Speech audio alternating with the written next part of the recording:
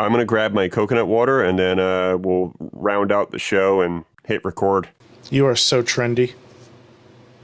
Hang I'm on. going to get my coconut water and my avocado toast. Oh, dude, I haven't had Avo toast in a while. What is wrong with you? We kind of cut back on buying them because they're pretty pricey. And yeah, that was kind of it. But I've been, mind you, I've been drinking coconut water for fucking years. All right. I would say I started drinking it probably in like 2011. Yeah. All right. So I'll be right back. All right. All right. You go get your coconut water, you trendsetter. I will. All right. All right. All right. All right. Fuck it.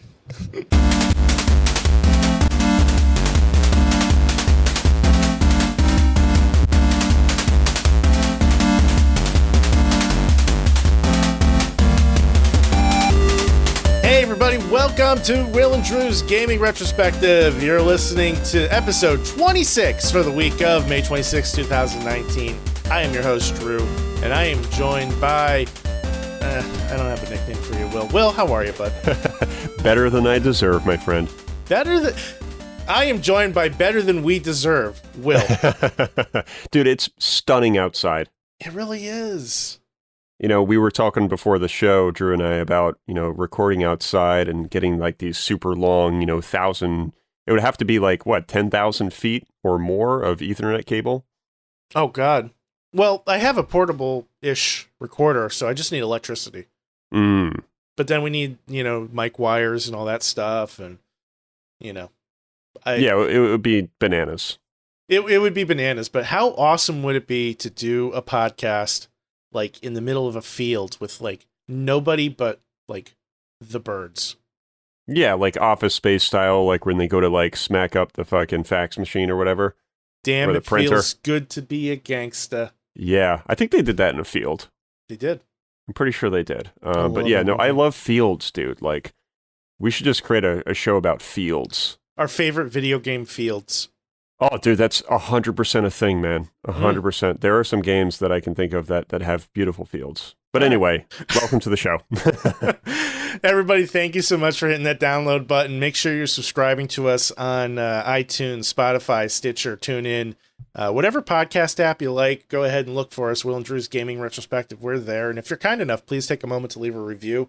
We're on Facebook, Twitter, Instagram at WDGRPodcast. And Will, if somebody would like to follow you, how can they do so? Will_gear. And you can hit me up at ScionStorm. And let's just jump right into the mailbag to get things started. What do you say? Let's do it, man. So let's see here. Saikoro is asking, what is the next game that we are preparing to play or going to play? This is a good one. At first, when I read this, I thought, I really don't know, because I'm still kind of hacking away at the backlog and trying to, play Sekiro. But I think it would be A Plague's Tale. Tell me about that. I've never really looked into it. So I believe Joe for sure, he played this game recently and really loved it. In fact, I think he said it might be Game of the Year or one of his favorite games of all time. Really? Really bold statement. But that led me to investigate this game, and I still don't know that much about it, but it looks amazing. I believe it's called A Plague's Tale Innocence, or A Plague Tale Innocence. It's something like that, but either way, he compared it to The Last of Us a little bit. Really? Which I wasn't super into, but I'm still willing to play that game. But either way, man, this game just looks amazing. Again, I really don't know much about it, but I just want to play it. Yeah. I actually just brought up his review on redringcircus.com, cheap plug. And, he starts it out by saying, A Plague Tale, Innocence is punching so far above its weight that I hesitate to waste any time qualifying it. But I'd bet if this game is on your radar at all, you're expecting the typical B-tier showing full of cool concepts and half-baked implementations. He basically goes on to say, just make it clear, this is a AAA release and deserves your full attention. Yeah, so, Joe's really good about, like, kind of summing up a game like that, at the start of, like, a review, and he definitely has me very intrigued. Yeah, I really had no idea about this game at all. Like I hadn't heard anything about it, and then I think you mentioned it a couple weeks ago to me, and kind of glanced briefly. And now that I'm looking at his review, gonna give it a deeper look. It looks beautiful. Yeah, And in like a dark way, not in like a gorgeous way. It's just the way the light is kind of playing off of everything is pretty crazy. for sure. I love lighting in games, and that game really Yeah. looks like it delivers in that department. Yeah. For me, like I think that question is a little bit more difficult to answer because all the games that I'm planning on playing next I already own, and I've talked about them a little bit on the show. God of War, Nier Automata, those are pretty high on my list. Been really scratching or really itching to play a something retro, something older, and I just haven't really had an opportunity to sit down and commit to it. And then I have like this nagging thing over my shoulders, like, all right, well, you still have like 3 games in progress. Why don't you go finish those up? Yeah, And time has been a pretty big factor. I just graduated last week, and you know, just been a lot going on, so I haven't had a ton of time to just sit down and fire up a system. And when I do, it's usually like maybe an hour. So been kind of picking away at Anthem a little bit, but not too much.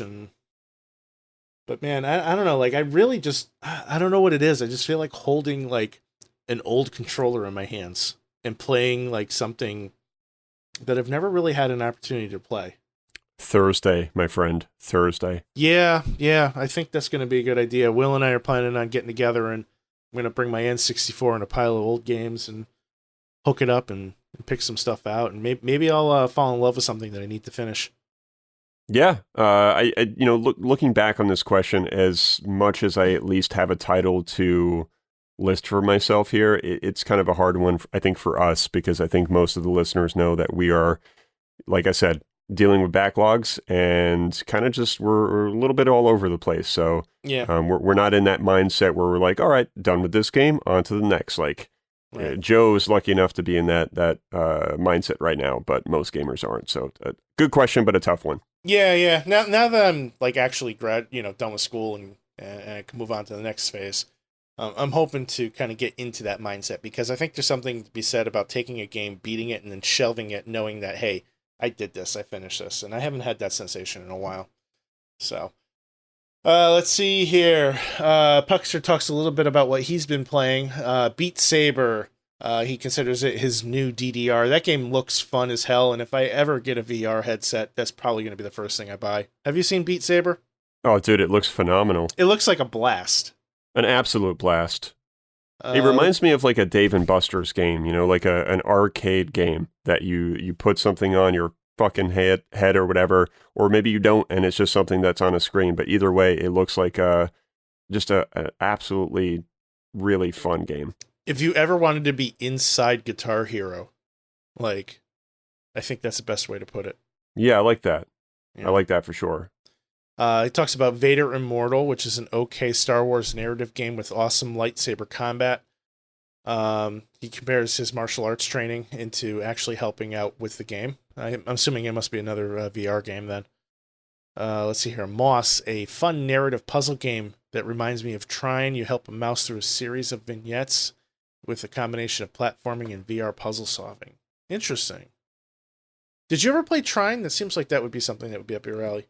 No, I when you read the word Trine, I was thinking about that game, and I've heard of it, and I can't put my finger on what this game is at the moment. I don't know much about it, but let me go to the Googles, because that is a great thing. That's not what we're looking for. There's another like Trine. Yeah, there's a university. Trine is a beautiful fantasy action platformer with a fairy tale-like atmosphere following the journey of 3 heroes, a wizard, a knight, and a thief, in a quest to save the kingdom from evil. About as basic as it gets. If it is currently $2.24 on Steam. Wow. Yeah, that's Steam, all right. That's tempting. And I guess they do have a version of this for the Nintendo Switch, which will most likely not be $2.24, but yeah, probably not. It then goes on to ask about the Play.Date. Have you had an opportunity to look into this? I briefly scanned the article that you put in Trello, Yeah, yeah. and it looks really neat. So, so this is kind of something that I think I want to spin off into a full blown discussion. But essentially, if you haven't seen it, folks, it is a handheld game. It is, I think. Let me see if I can find the link here because I want to give facts, not conjecture. But it's a handheld system. It is yellow. It looks like a weird Game Boy kind of thing. Like it has two buttons, a D-pad, and it has a crank that folds in and out of the side.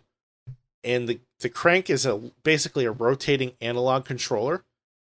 They are asking for $150 for this, but it includes 12 games, one of which is released every week, and they don't tell you what the games are going to be. It's supposed to be like a surprise. Basically, just out of nowhere, you have a game on the system.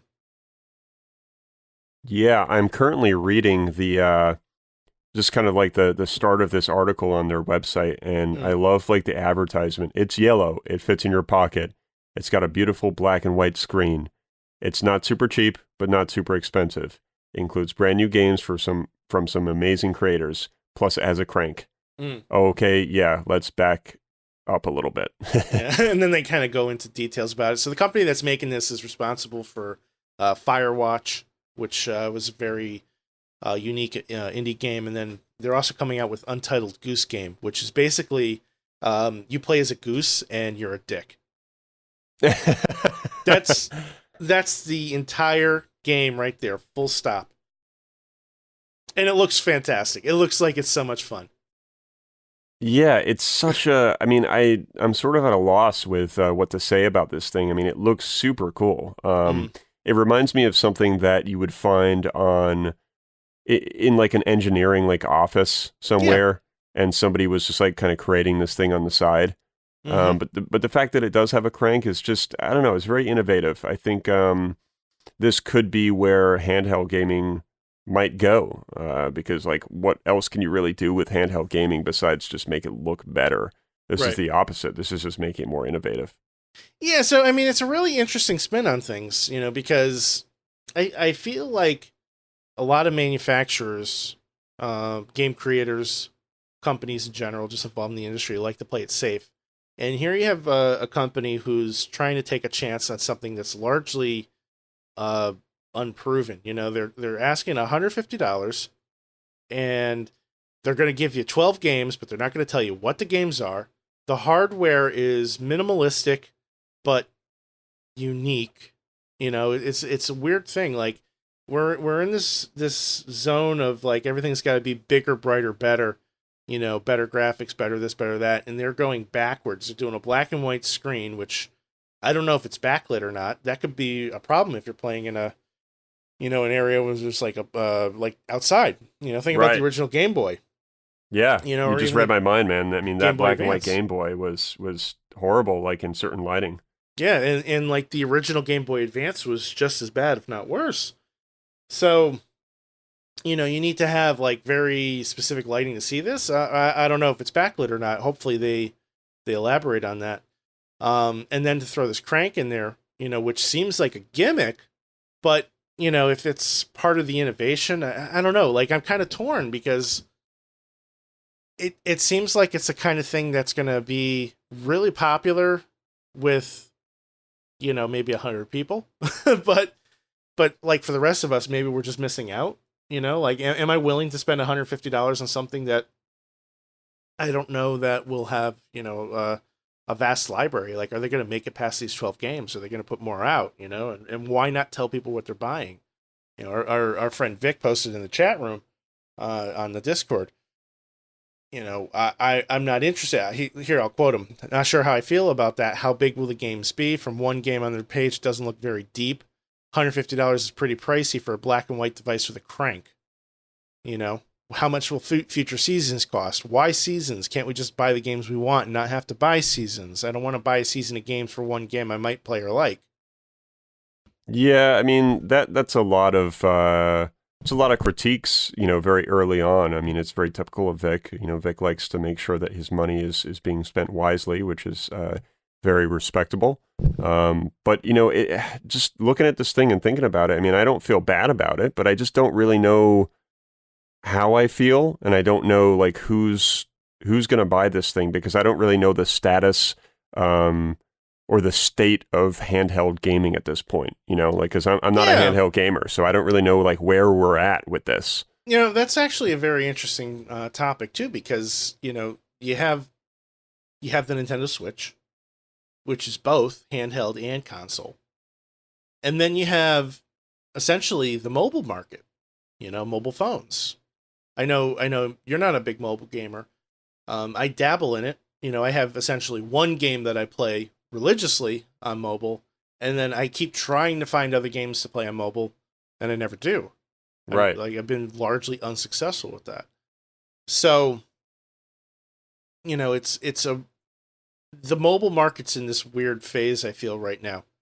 And I think Nintendo was really onto something when they made the Switch, because the idea for me of a console that doubles as a handheld, where you're taking the same games, you don't have to buy the game twice. You don't have to buy it on the console and on the handheld. You can one size fits all. That was really appealing to me. Mm-hmm. And I love the idea of that. I love that concept.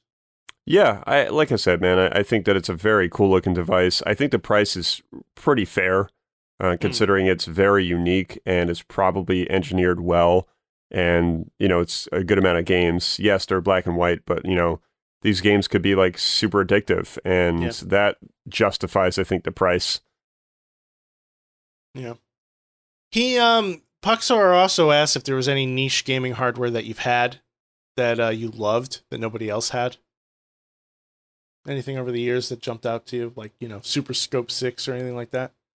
No, yeah. I mean, I'm not familiar with that particular game. Well, that was an attachment for the Super Nintendo, and it looked like a rocket launcher. Like you would put it on your shoulder, and you had a scope that you could look through. Oh, you remember that one? I think I vaguely do. I'm gonna Google this, but that's interesting. Yeah, that was their version of the NES Zapper for the Super NES, essentially. Oh, sure. Yep. Trying to think.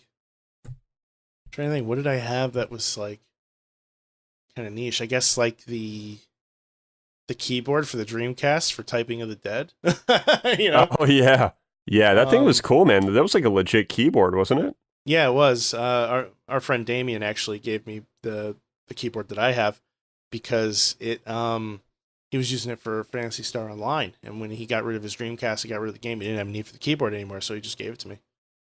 Yeah, I'm trying to think if I do have anything. I would say probably I think it's a 4 megabyte cartridge that comes with X-Men versus Street Fighter for the Saturn. The expansion pack. The expansion pack. Yeah, it's like a memory thing. I would say, it's kind of like looking back at my shit just to think if there's anything else that I might have.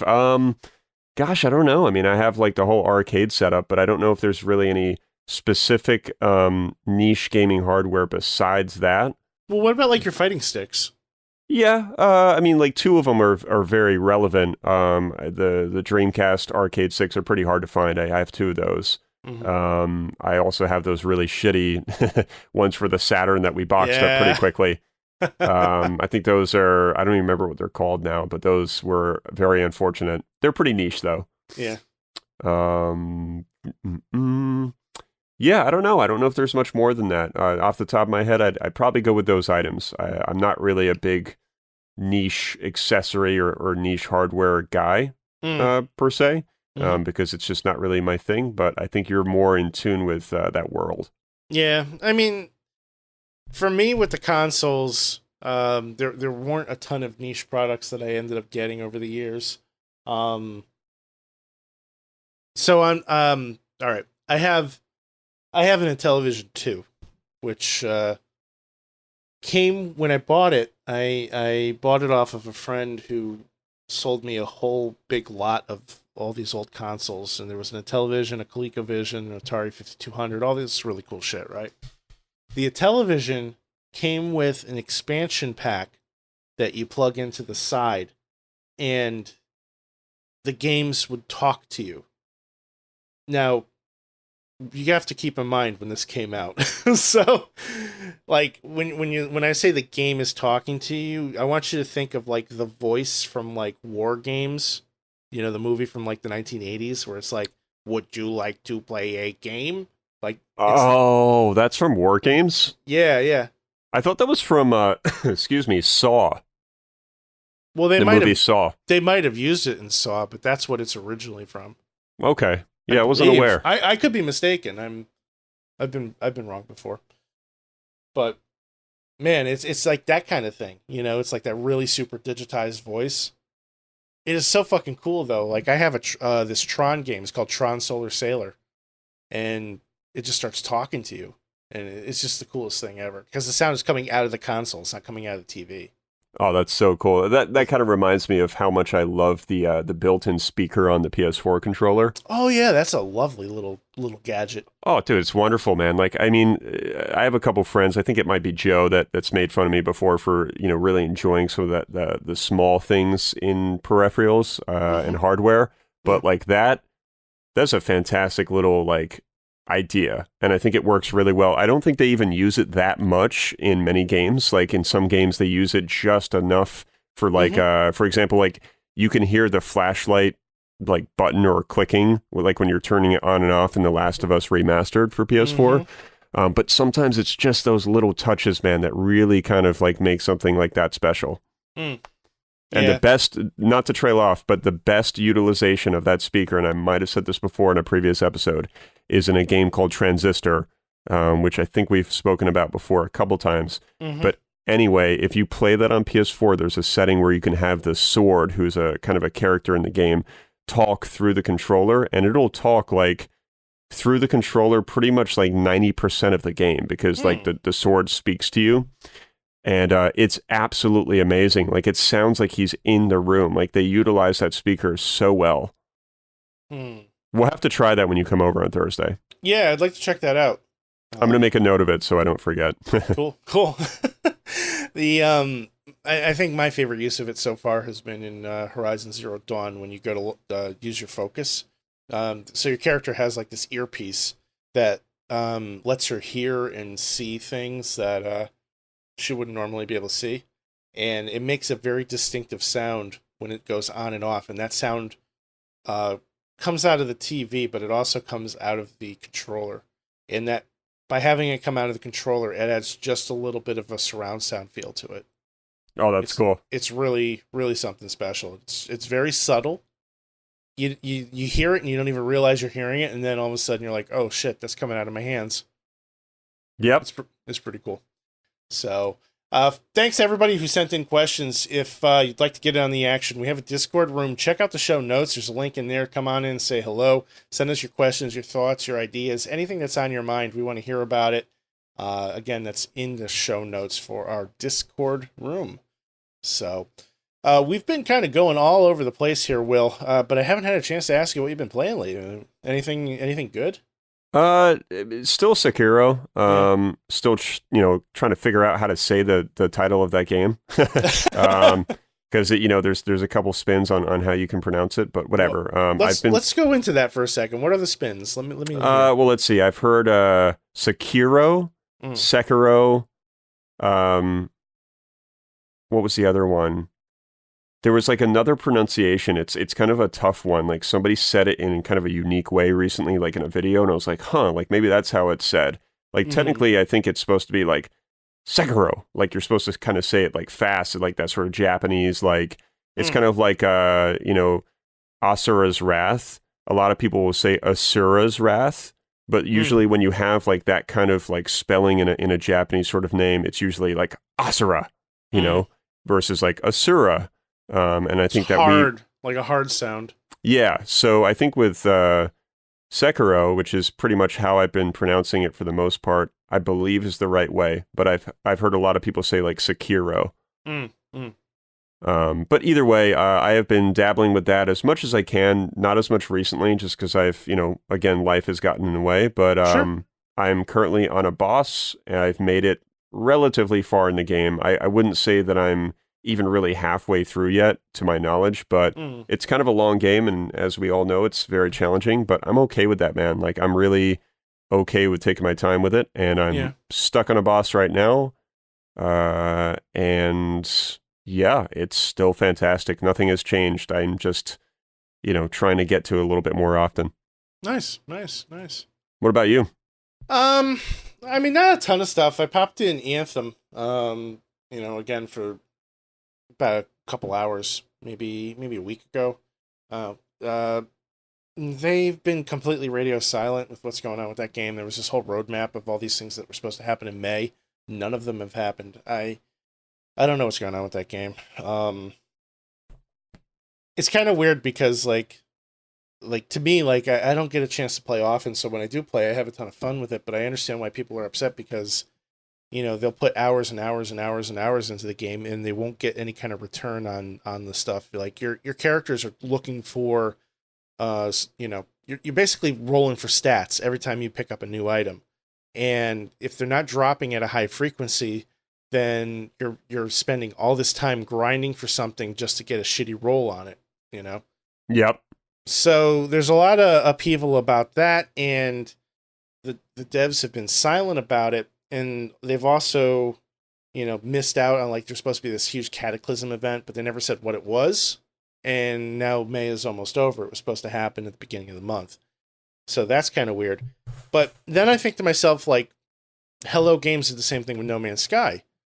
They released a game that was fundamentally broken. People complained about it. They went silent, and then they came out with a revised edition of the game that is, revolutionized how people felt about it, and it's a big deal. Sure. And it's frustrating because all I do is I'll go into the Anthem subreddit trying to find if there's any news about it, anything, and all it is a bunch of salty motherfuckers just saying the same goddamn thing over and over again. And like, if you're so upset with the game, unsubscribe from the subreddit, uninstall the damn game from your hard drive, and walk away. People love to bitch. I don't need to see 100 posts of people being clever or trying to be clever. Like, I want to see when there's news. And if there's no news, then I don't want to see a post. So I'm going to have to end up unsubscribing from the damn thing myself.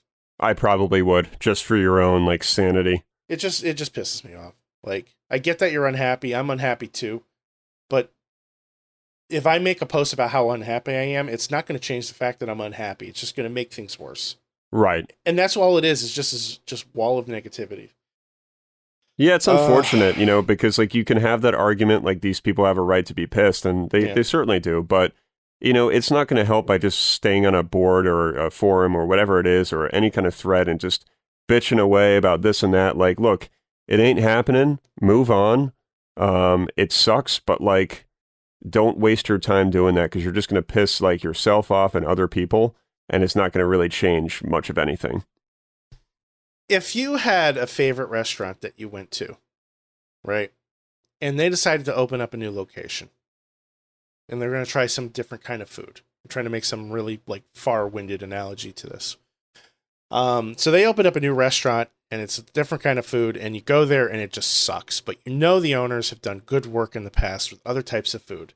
And they just, like, they spend a month trying to fix it, and it's not working, and they just shutter their doors, and they leave a post up that says, "We'll be back soon." And they don't say when they're coming back, just, "We'll be back soon." Would you write a fucking blog about it? It's most likely no. Most likely no. I mean, I might, depending on, like, how I really felt about the situation, but, like, realistically, I probably would do kind of nothing because, like, for example, I can think of an Indian spot that I used to go to a lot, and I went there, I want to say, like, a couple months ago, maybe longer, with Lauren, and we had a shitty meal. And I was like, man, like, this sucks. Like, this is just not what it's used, it's not what it used to be, right? And we got up, we left, and I just thought, okay, well, I guess I'm not coming here anymore. And that was kind of the end of it. And that's it. And that's it. And I moved on, and I was like an adult, because, like, you want to be an adult about this kind of stuff. Like, what's it going to help me or the owners if I write a blog about it? I mean, excuse me, God forbid they actually even see the thing. Yeah. And even if they did, they're probably gonna be like, yeah, this sucks. Like, people are upset, but it's not going to necessarily make them like change. If I was the community manager for Anthem, I would want nothing to do with that subreddit. Why am I going to go on there and post information when all I'm going to do is get a bunch of people bitching about the information I'm posting? Right. Right. So, I mean, look, I listened to a podcast recently. It was Kevin Hart on the Joe Rogan show, and he made a comment about how it's cool now to bitch. It's cool now to be like super opinionated, and it's cool to be negative. And it's true. Like, people just, like, even if there's a shitty situation, people will find every extra negative to add on to it instead of just looking at the positive. Yeah. And even with Anthem, there's not a lot positive right now. Yeah. But like, you're just gonna have to, like, it is what it is. The game failed. I think it's pretty clear at this point. And just play something else or play what's there, man. I don't. I just don't really know what to tell those people. Yeah, I don't either. I'm sorry I went down that rabbit hole. No, it's fine. It's totally fine. I think it's a good topic, like it gets me kind of fired up as well because like it's kind of silly. I also finally fired up Dark Souls 1. Ah, yes. I played it for about half an hour, admittedly. I didn't really give it a ton of time. Uh-huh. Interesting game. Okay. I don't know that I like it. Alrighty. I don't know that I dislike it. I need to give it a little more time. Okay. But I got up to the first boss where you climb up this castle, I guess. Uh-huh. And eventually you get to the top and then you go through this portal and you jump down on the thing, you stab it in the head. Yep. Right. I don't know, man. Like, dish it out. I don't really have a lot to say. Like, I don't think the controls are very good. Okay. I realized that after I finished playing it, and I realized that I didn't like the controls, that I completely forgot about the fact that you can lock onto an enemy. So it kind of defeats the purpose. But I don't know. I just felt like combat was very floaty. I didn't really get the sensation that I was able to like parry strikes and things like that, even though it tells you in the instructions that you can. Maybe I just suck at it. Okay. I'm willing to blame most of my complaints on me. Okay. I just want to kind of preface that. I think that's fair.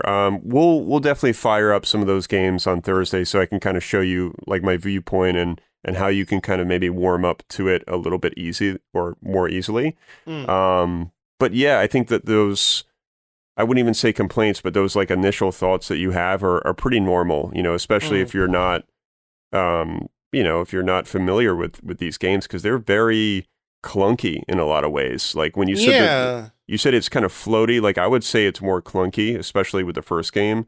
When you play games like Sekiro, see now I'm saying it like weird.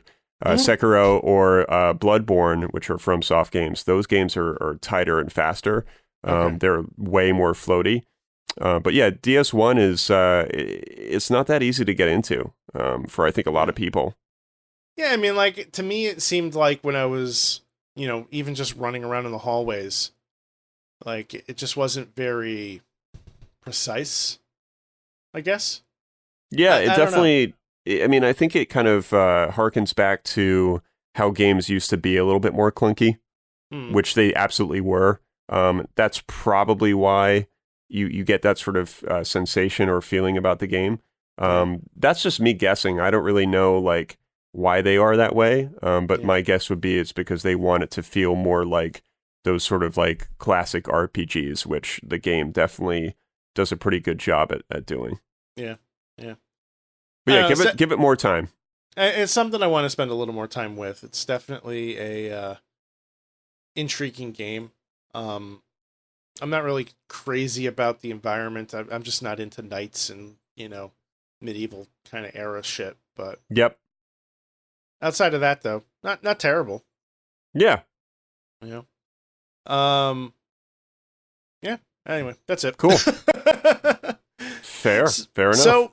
So you wanted to talk a little bit about Rogue Squadron, I know we mentioned that on a previous episode, and it's been brought to your attention that that game is being remade. Is that correct? From what it looks like, it's a fan remake. From what I understand, it's just like another one of those people that you can kind of discover on YouTube who's using some form of Unreal Engine 4 or some sort of game engine that they have access to, and they're taking an old game and sort of recreating it in their own mind with the engine on how it could potentially look if it were to be remade. And I think that you and I both know that that's kind of a big popular thing now. You can go on YouTube and, watch videos of Zelda Ocarina of Time being, sort of quote unquote remade with, Unreal Engine. And a lot of those remakes look incredible. And it really kind of gets you excited for like an actual remake. So I don't know if it's, 100% authentic and if it's going to happen. I doubt it. But, if the right studio picks it up, then who knows? Maybe it could actually be a reality someday. I would pre-order that in a heartbeat. Yeah. I was looking at the video before we started recording, and it looks gorgeous. It really does, man. Absolutely gorgeous. With the planet in the background and, like, it just everything, the scope feels right. The only thing that I'm concerned about is, a lot of times people will put a lot of time and effort into remaking these games only to have them get shut down. Right. Either by, Nintendo or, in this case, I guess LucasArts, they're defunct, but whoever owns the Star Wars video game licenses at this point, if anybody, like you're really risking it by remaking a game like this, especially when you have, Star Wars is a massive intellectual property. Yep. You have iconic music, you have iconic characters, ship designs, sounds. I mean, I think even the sound of a lightsaber is fucking copyrighted. Oh yeah. So to take such a risk in making this is, I feel like they're kind of setting themselves up for heartbreak at some point. Yeah. But, all that said, I mean, this looks awesome. You just can't help but like just gaze at it, and just be like, oh man, like just look at the lasers, like just the lasers alone that are coming out of that fucking X-Wing are just like an absolute dream, like the fact that you can see them glowing like on the planet and you can see this other, giant planet in the background. It just makes you want to get lost in space again. And I think that a lot of people, a lot of Star Wars fans really enjoy the space element to Star Wars because it obviously takes place in space. However, I think a lot of what makes Star Wars special is the dogfights, is the X-Wings, the ships, the stuff that you see happening like in space. That stuff totally. is like, to me, very Star Wars. Not so much the politics and the stuff that's happening like inside of the ships and on planets. I mean, that stuff's amazing as well, but I really enjoy the more spacey sort of like starfight elements. Yeah. And they've always done a really good job, I think, of combining outer space battles with like planetary battles. Yep. That's exactly it. Planetary battles. That was kind of the words I was looking for. Yeah. If you think about all the films, like they always have a combination of both. Yes. And the fact that the ships are able to go from outer space to the planet and vice versa, very easily. Well, unless you're looking at like a Star Destroyer or something, but like the X-Wings and stuff like that, getting down and dirty in there, doing these dogfights in between canyons and shit, like that's just so fucking cool. Oh, it's so cool, man. That's what makes that universe so special is the sights and the sounds. It's just such an incredible world. Mm-hmm.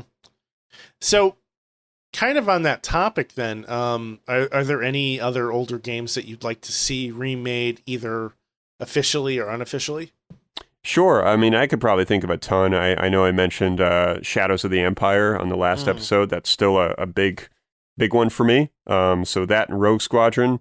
I'd love to see like somebody get their hands on Turok and remaster one of those games or maybe bring back the franchise and let's see like a PS4 Pro like 4K version of Turok. That would be fucking insane. Because I really enjoyed those games.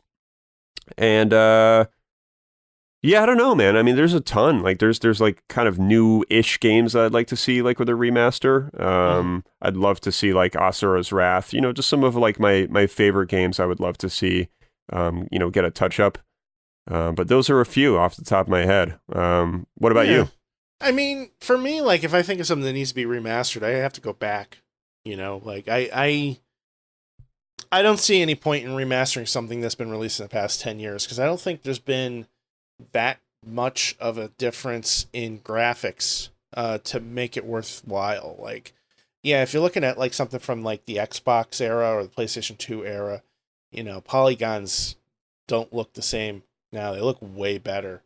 But the vibe and the feel of the game is still there. But if you go back like 20 years or even further and you remaster a game, like I think you can really do something special with it. So, I would love to see like I'm super excited about the Command and Conquer remasters that are going to be coming out. EA's doing those games. Those were some of my favorite games. Or there was a Star Trek real time strategy game called Star Trek Armada, and I would love to see that remastered. Um, game like Descent. Remember Descent? Vaguely. So that was like that 3D, like your ship is flying through all these tunnels kind of thing. Very disorienting. That game came out before there were like analog controllers. Wow. I would love to see that game on a dual stick, setup. Sure. I would love to play Colony Wars is one of my favorite all time games. I would love to have them remaster those games. Well, I think you made a great point there. Like, it's important to go back far if you're Yeah. going to do a remaster. Because, like you said, even Asura's Wrath, as much as I would love to see like a 4K PS4 Pro version of that game, I Mm-hmm. know it's not going to look like drastically different. Yeah. Because it already looks really good now. It holds its age. So you Yeah. would have to go back to, an N64 game or something like that and do a complete remake, just like how they're doing with FF7. Right. I think that's a good example. Redo that game. Because that game, you know, it was awesome for the time, but if you look at it now, it's pretty fugly. Oh, it's very fugly. I mean, it has its charm, and people will defend it till the cows come home. But like, if we're being honest with ourselves, it looks like kind of trashy now. It's Yeah. hard to it's hard to preserve those games. They don't hold up that well. That generation for me in general was just a really rough time, I think. Because if you look at like anything that came out of the PlayStation 1 era or the Nintendo 64 or what else was out around then? The Saturn. Yep. Like if unless it's a 2D game, like a fighting game or something like that, those games are just hideous.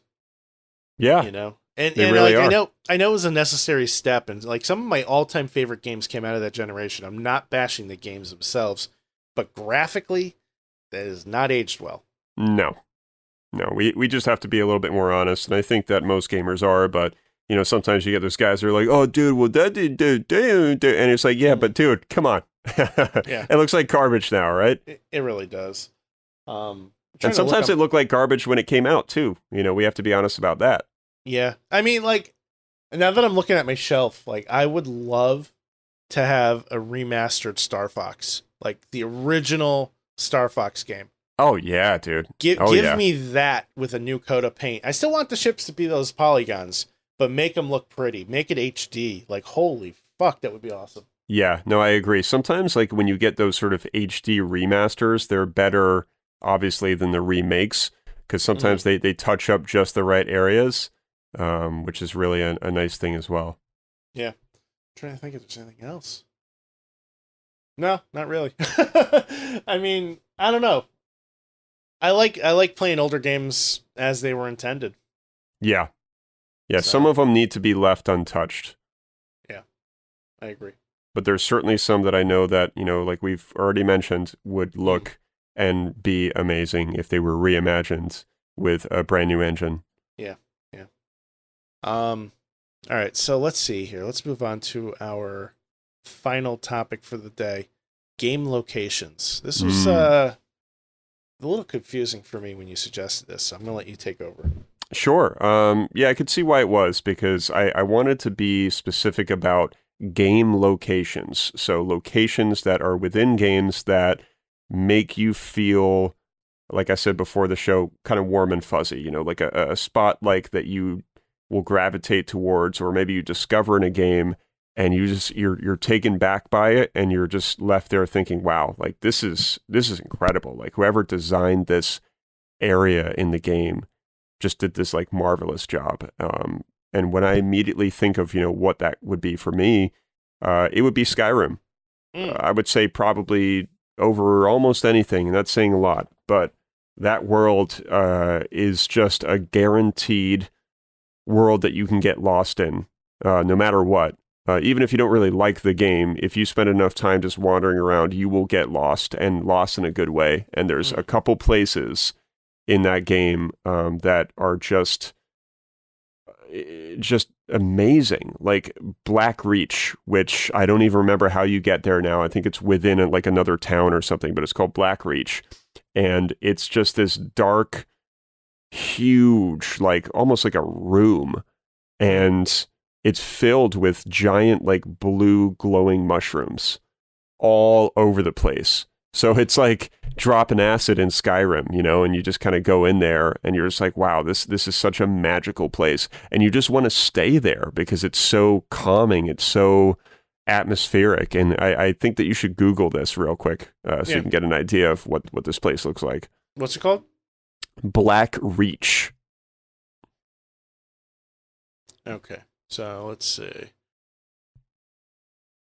Giant jellyfish? Actually, you know what? Maybe it is jellyfish. I thought they were mushrooms, but maybe it's jellyfish. They look like jellyfish to me. Yeah, they're like jellyfish mushroom things. Yeah.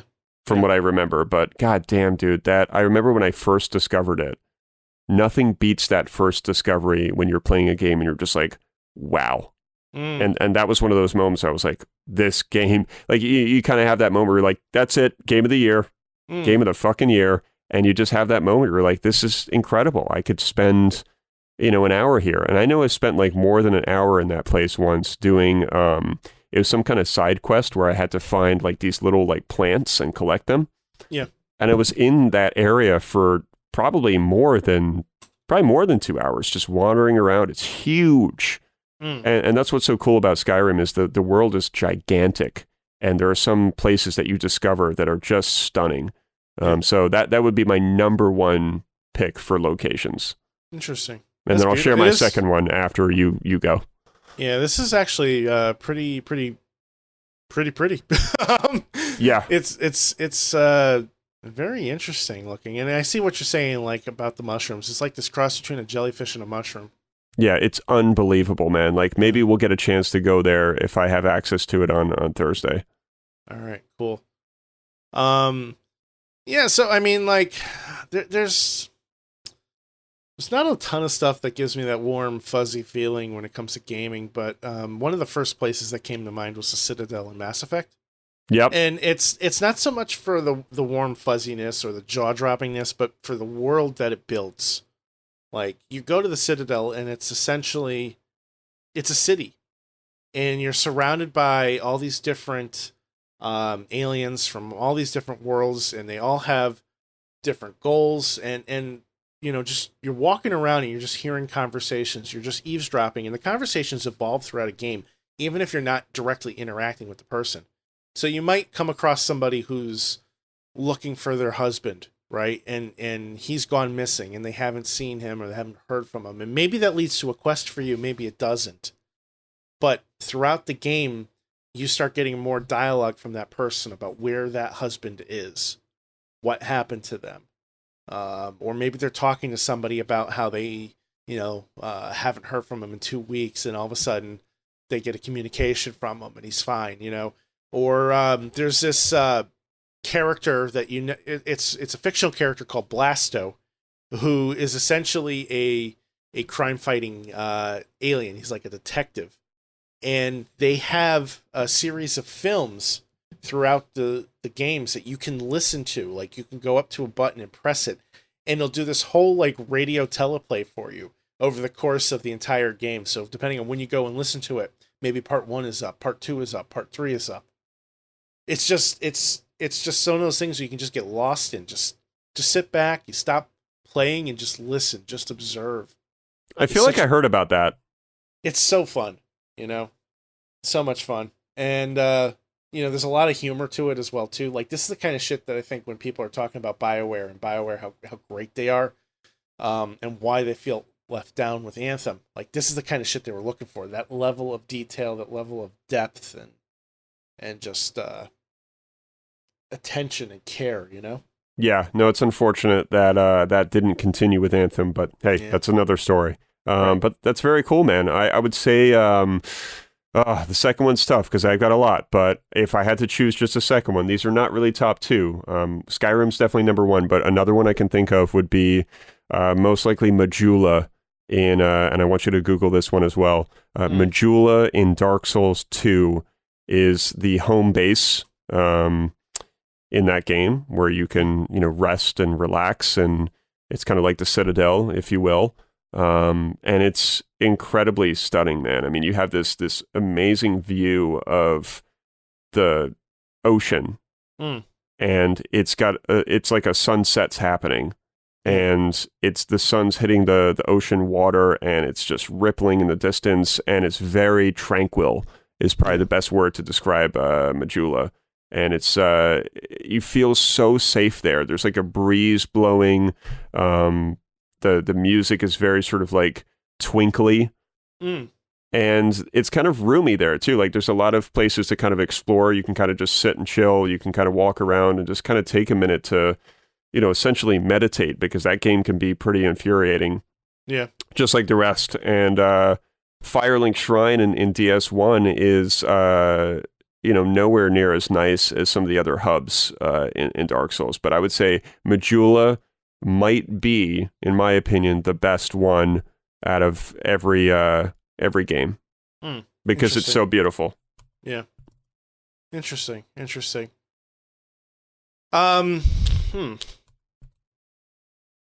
I gotta go with something from, I think, Horizon Zero Dawn for my second pick. And this is kind of tough because I was trying to figure out, where to go with this. But Meridian is a town in Horizon that's essentially built into a cliff. Like it's built into this mountain, and it's like this weird combination of like lush green and like all these buildings just kind of protruding out from the top of the mountain and everything. And there's so much life here. It's kind of weird because like you walk into the main part of the city and it's like a market, this huge market. There's all these people that are trying to sell you stuff and trade, and obviously there's a ton of like missions that come from it as well too. But then you go to the bottom and it's a village, families, farmers, people that are trying to work and live. And it's really one of those types of places where you can just get lost. It just feels alive there, It's so alive. There's so much you can do there. There's like this rudimentary like elevator shaft that leads from the floor all the way up to the top tower and everything. And, it's a well thought out city in the middle of a place that's really made up of tribes. Like Horizon is a very tribal game. So when you come across a city, these cities are massive. And it's really just fascinating. It really is, man. When you think about like the size and scope of some of these areas, like not even just hubs, but just areas and games, like sometimes you just have to take that moment. You're like, Jesus Christ, man. Like, I know. I could spend hours just in this one area. Yeah. And the game's like, a 50, 60-hour game. It's incredible. Like, I think we need to, as gamers, start to just kind of appreciate what these guys are doing, what these devs are doing to create these worlds, man, because they're obviously spending hours creating it, and it's just it's really something special. Yeah, I mean, there's a lot that goes into level design that I don't even understand, and it blows my mind every time I see something like this, where like for me, like it makes more sense to have a game that's procedurally generated. The amount of time that's invested in making these worlds and making sure these worlds aren't broken and they're so immersive, to have that level of control of it, you're essentially a god. Yeah, no, it's incredible, man. When you really study game creation, and I haven't even done that much, It's really a fascinating thing, and we should save that topic perhaps for a different episode. Game creation and what it takes to make a game. And we're certainly not experts, but we could probably get Pucks to chime in a little bit here and there, and then we could maybe do some research. And I've got a ton of art books that explain how games are made, and it would certainly be a very interesting topic. Yeah, I think that would be fun to talk about. And by the way, looking at this picture, that world is stunning, man. I am so glad I have this game, and I'm so glad that it's in my little treasure chest. I was literally like taking my fists and kind of putting them across my chest and just going, ooh, like you get that like little kid feeling like, oh, it's Christmas morning, like I love that about my backlog, man. It's like I have this wonderful Zelda Ocarina of Time treasure chest that I haven't discovered yet. And all of my games are in there glowing like the suitcase in Pulp Fiction, like it makes me giddy that I have this series and this library of games that are untouched. And I think that is one of the most positive ways that you can look at your backlog. Yep. Imagine your backlog as a Zelda Ocarina of Time treasure chest, and I promise you, it'll put a smile on your face. I feel better already. Oh, man. Well, Will, that brings us about to the end of the episode, man. Yeah, it does. I guess it does. And I'm looking outside of my slider here at just this beautiful weather, and what a fine day, my friends. It is a beautiful day. I've got man, I don't know. I think I'm going to go outside and make myself some lunch. I'll make myself some lunch before I go outside. Yeah, go outside, eat it. Yep. Sit. Just look outside. Just stare. Just stare. Yeah. What a time to be alive. Yeah, I mean, it's amazing. We still have fax machines. Yeah, that was like the equivalent of like, me like cream pieing your face with like one of those like whipped cream pies. Like you're outside, you just got done eating your Ruffles and your egg salad club sandwich, and I just come over with that whipped cream pie, and I'm like, nope. Anyway, folks, if you haven't already, please take a moment and please subscribe to the show wherever you get your podcasts, iTunes, Stitcher, Google, Spotify, any and all of those places we can be found. Follow us on Facebook and Twitter and Instagram at WDGRPodcast. It's at WDGRPodcast. You can find me at Science-Storm. Will, how can they find you? Will_gear. And thanks to everybody who has contributed to today's episode. Keep an eye on the Discord channel for all kinds of craziness, including our weekly mailbag and anything else that comes up. So I'm looking forward to being a more active participant in the chat. It's been a crazy couple months for me, but things are starting to come back to normal again. So it's good to be back, I guess. You got it, man. So everybody, thank you for listening. We'll see you next time. See ya.